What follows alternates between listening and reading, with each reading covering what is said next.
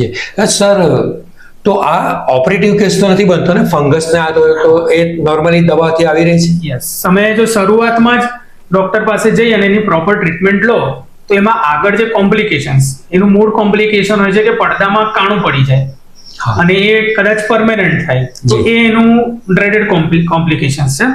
પણ અગર આપણે શરૂઆતથી જ ડોક્ટર પાસે જઈએ તો એની ટ્રીટમેન્ટમાં મૂળ શું હોય છે કે એક તો જે અંદર ફંગસ થઈ ગયું હોય છે એને ક્લીન કરવાનું હોય છે. જી સર. એટલે અમારી પાસે દૂરબીન હોય, સક્શન હોય, કાં તો સિરિંજિંગથી અમે એને ક્લીન કરી દેતા હોઈએ જી છીએ. સર. ક્લીન કરીએ એટલે બધો કાટમાળ કાનમાંથી ડેબ્રી બધી નીકળી જાય.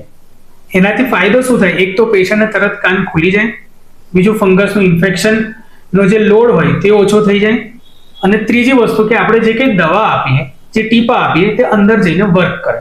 આ એના મૂળ 3 હેતુ હોય છે.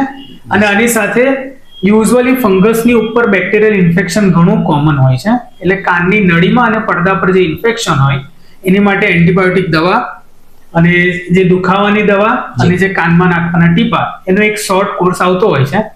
આ કરવાથી ફંગસ ઇન્ફેક્શન મટી જાય, પ્લસ એનું જે કોમ્પ્લિકેશન જે છે કે પડદામાં કાણું પડવું કે પડદામાં સડો થવો, હાડકી સડવી, એ વસ્તુને આપણે ત્યાં ને ત્યાં અટકાવી શકીએ.